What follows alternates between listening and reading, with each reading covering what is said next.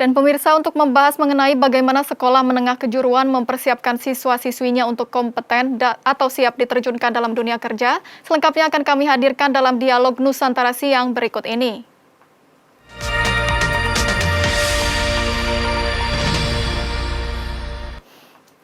Pemirsa, sudah bergabung bersama kami melalui saluran Zoom Kepala Sekolah SMK Negeri 1 Wanareja Cilacap, Jawa Tengah, Ibu Nafi Hardiati Dian Mintarsi. Selamat siang, Bu Nafi. Selamat siang, Mbak. Baik, Bu Nafi, kita langsung saja. Pendidikan kejuruan kan adalah pendidikan yang menengah yang mempersiapkan peserta didik untuk dapat bekerja dalam bidangnya masing-masing. Tetapi apakah pendidikan kejuruan ini hanya sebatas pada sekolah menengah saja, Bu? Ya, kami sudah mempersiapkan sebagai SMK COE di tahun 2020 dan SMK PK di tahun 2021 untuk mengentaskan anak-anak supaya keterserapan lulusan di dunia kerja itu meningkat dengan berbagai program peningkatan kompetensi guru, kepala sekolah, dan juga peserta didik. Baik, untuk COS sendiri tadi itu boleh dijelaskan secara lebih lanjut mungkin, Bu, apa hal itu tuh apa dan singkatan dari apa begitu?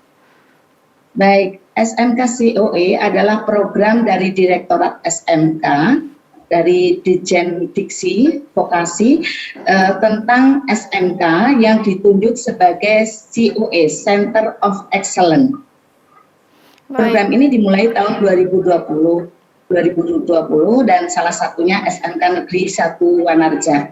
Kemudian berlanjut tahun 2021 menjadi program SMK Pusat Keunggulan. Jadi sama-sama programnya, tetapi banyak kegiatannya peningkatan kompetensi baik kepala sekolah, guru maupun peserta didik. Yang harapannya adalah meningkatkan keterserapan lulusan di dunia kerja dan meningkatkan jalinan kerjasama antara SMK dengan IDUKA.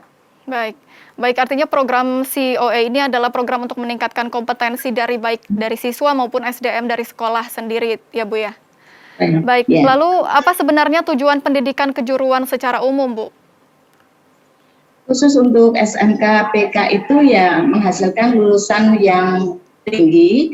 Harapannya adalah lulusan SMK itu dapat bekerja, melanjutkan ke jenjang pendidikan yang lebih tinggi, ataupun berwirausaha. Yang biasa kita kenal dengan sebutan PMW, bekerja, melanjutkan, atau berwirausaha. Sehingga lulusan SMK justru tidak menjadi penyumbang pengangguran tertinggi di Indonesia, tetapi justru membuka lapangan pekerjaan sehingga menyerap pengangguran yang ada di sekelilingnya. Baik itu kan mungkin secara umumnya begitu ya Bu ya, tujuan pendidikan kejuruan secara umum. Lalu untuk tujuan dari pendidikan kejuruan secara khususnya itu sendiri itu seperti apa, Bu? Pendidikan SMK khususnya adalah meningkatkan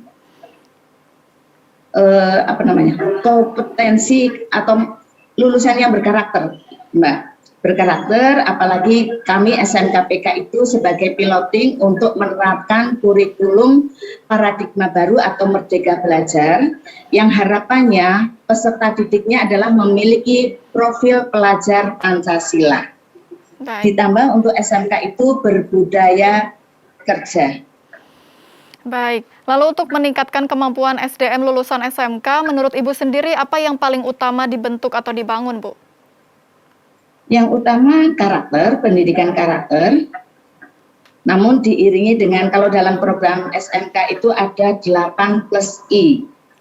Jadi harapannya SMK itu melakukan link and match, kemudian link dan super match, kemudian peningkatan kualitas dan kompetensi pendidik maupun tenaga kependidikan, dan juga pemberlakuan kurikulum paradigma baru atau Merdeka Belajar yang insya Allah sudah dimulai di awal tahun pelajaran 2021-2022 khusus untuk kelas 10.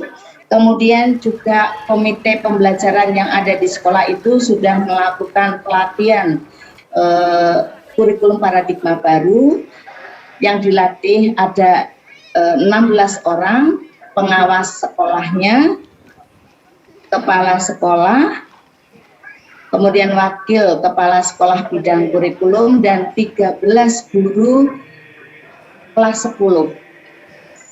Baik. Harapannya pemberlakuan kurikulum 2021 atau kurikulum paradigma baru itu akan mewujudkan profil pelajar Pancasila, sehingga lulusan sekolah itu akan menjadi sumber daya manusia yang unggul dan berkarakter. Baik, Bu. Sebelum kita berbicara lebih lanjut mengenai kurikulum dari sekolah kejuruan ini sendiri, sebetulnya kalau kita lihat kan sekolah menengah ini ada dua ya, Bu ya, SMA dan SMK. Lalu kompetensi apa saja yang tidak diajarkan di SMA namun diajarkan di SMK, Bu?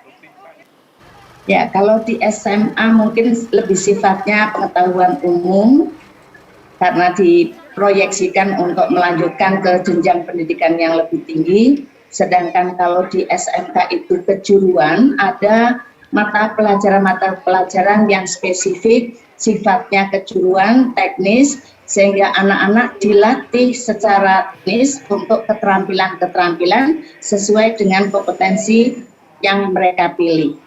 Baik.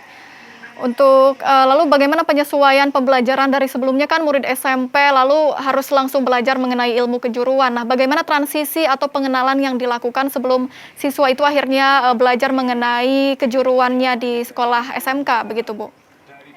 Baik, biasanya itu untuk tahun pelajaran baru itu akan anak-anak SMK peserta didik baru itu akan mengikuti kegiatan LDDK, latihan dasar-dasar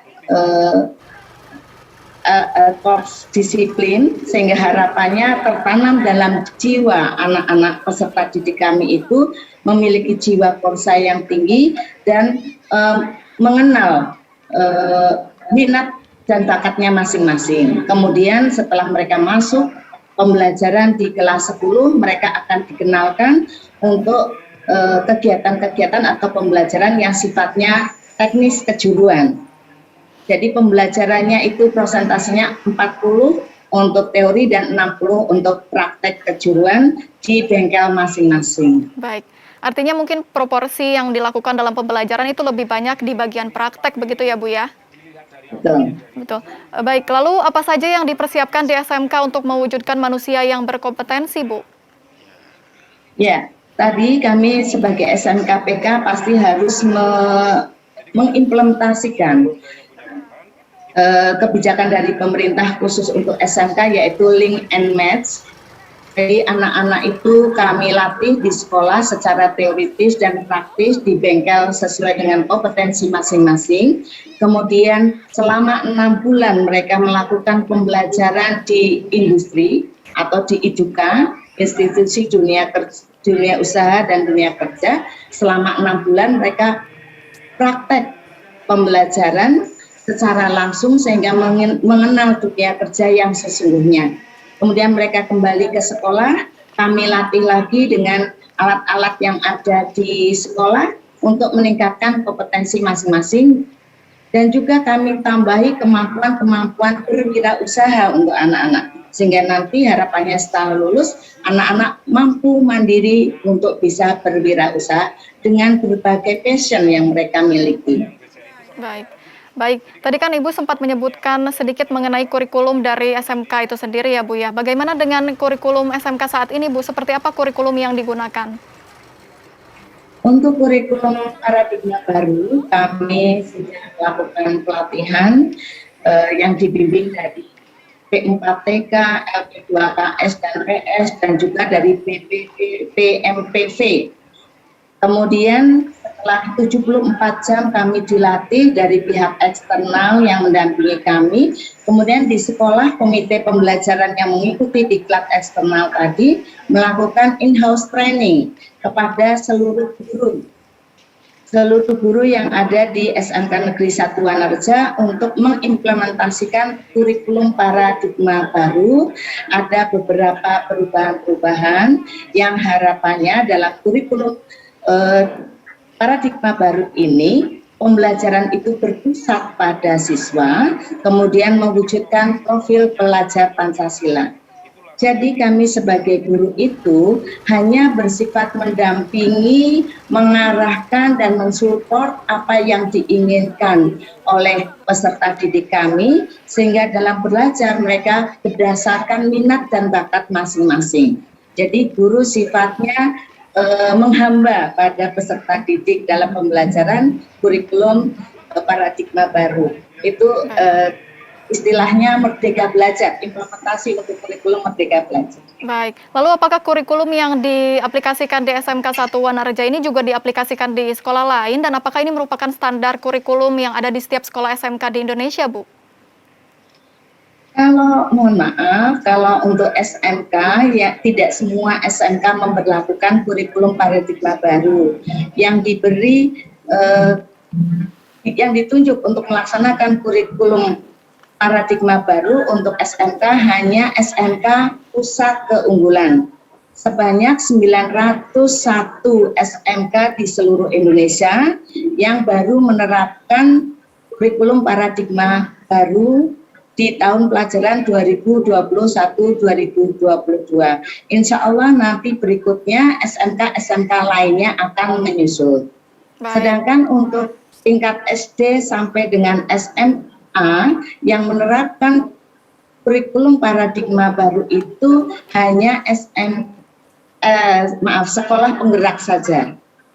Kalau yang SMK Pusat Keunggulan. Baik, Bu Nafi, kita akan lanjutkan kembali perbincangan kita, namun kami harus jeda terlebih dahulu. Pemirsa tetaplah bersama kami, Dialog Nusantara Siang akan kembali sesaat lagi.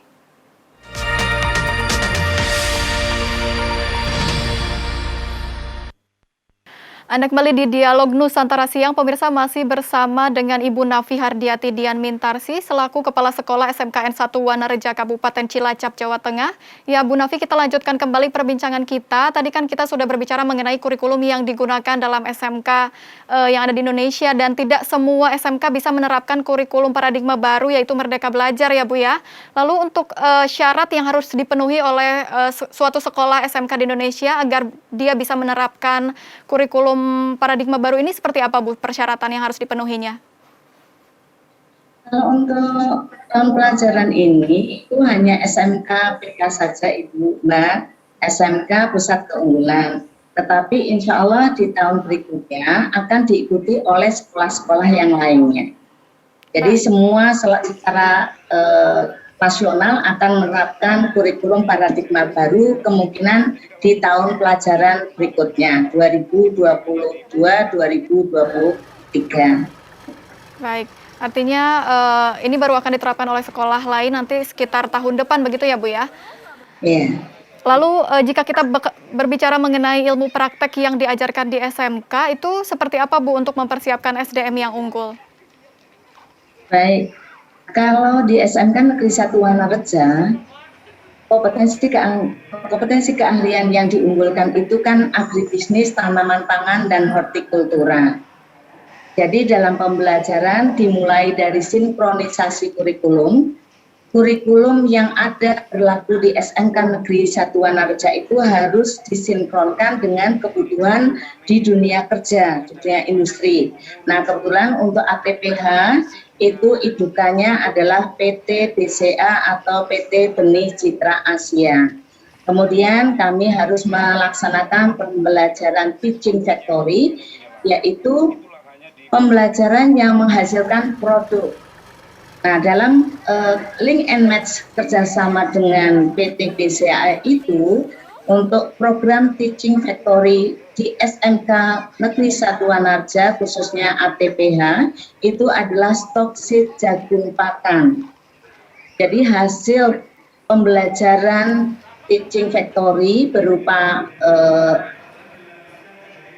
stok seed jagung pakan itu, hasil produksinya atau hasil panennya itu dihilirkan ke industri atau dibeli oleh PT Benih Citra Asia. Seperti itu. Baik, lalu bagaimana? Kemudian, baik, Bu. Baik, Bu, boleh dilanjutkan? Ya, kemudian juga ada penambahan materi masukan dari IDUKA. kepada di dalam kurikulum pembelajaran kami, sehingga setelah anak lulus kompetensinya itu sesuai dengan kebutuhan dunia kerja. Contohnya itu polinasi. Jadi ada pembelajaran polinasi yang masukan dari Iduka itu dimasukkan dalam kurikulum pembelajaran di sekolah. Seperti itu. Baik, lalu bagaimana dengan fungsi dari pendidikan kejuruan terkait dengan akulturasi dan enkulturasi, Bu? Apakah bisa dijelaskan? Ya, di SMK Negeri 1 Wanareja itu karena SMK itu sekolah menengah kejuruan yang menyiapkan tenaga kerja menjadi anak-anak yang unggul dan siap kerja dengan karakter yang baik, maka pembelajaran juga semua bermuara pada industri, sehingga kami memindahkan budaya-budaya industri ke dalam lingkungan belajar. Sehingga anak-anak sudah kami biasakan budaya-budaya kerja di industri diterapkan di lingkungan sekolah. Sehingga nanti lulusan kami benar-benar sesuai dengan kebutuhan dunia kerja. Paling anak hanya menyesuaikan relatif sedikit, anak-anak benar-benar sesuai dengan harapan Iduka. Sehingga keterserapan lulusan kami di dunia kerja harapannya meningkat. Di samping itu juga anak-anak kami siapkan untuk berwirausaha, sehingga bisa mandiri, membuka lapangan kerja, bisa mengentaskan kemiskinan di daerahnya dan dapat menyerap kebutuhan kerja di lingkungan sekitarnya. Baik, baik. Apakah SMKN 1 Wanareja ini melakukan kerjasama, Bu, dengan misalkan perusahaan-perusahaan untuk menyalurkan lulusannya yang siap bekerja? Ya, betul. Di SMK Negeri 1 Wanareja kami juga memberikan fasilitasi atau memfasilitasi lulusan kami untuk dapat masuk ke dunia kerja melalui BKK atau Bursa Kerja Khusus di SMK Negeri 1 Wanareja. Kami berhubungan dengan berbagai industri, kemudian kami berkomunikasi dengan industri. Bila ada industri yang membutuhkan tenaga kerja, maka BKK ini yang akan menghubungi para alumni untuk kami fasilitasi mengikuti dari proses seleksi sampai dengan kami antar ke dunia kerja yang membutuhkan tenaga kerja tersebut. Baik, baik. Terakhir, Bu, apa harapan Ibu agar pemerintah memberikan bantuan dalam mempersiapkan sarana prasarana untuk meningkatkan kelulusan SMK ini, Bu? Ya, insya Allah kami sebagai SMK COE dan SMK PK sangat banyak sekali mendapatkan bantuan, baik dari pemerintah, dari dari Kementerian Pendidikan, Riset dan Teknologi, serta dari Kementerian Pertanian. Banyak kami mendapatkan bantuan, baik secara fisik maupun nominal yang tujuannya untuk mengimplementasikan berbagai program-program yang bertujuan untuk meningkatkan kompetensi baik guru-guru kami maupun siswa kami. Dan juga dalam program pemerintah itu ada diklat-diklat program-program untuk peningkatan kapabilitas kepala sekolah berbasis industri, kemudian juga peningkatan upskilling dan reskilling untuk guru-guru kami, dan juga untuk pengembangan bakat dan minat siswa. Itu semua dari bantuan pemerintah. Baik, baik. Artinya memang di sini pemerintah sudah turut andil dalam mempersiapkan SDM kerja yang unggul ya, Bu, ya. Salah satunya dengan meningkatkan kualitas pelajar sekolah menengah kejuruan.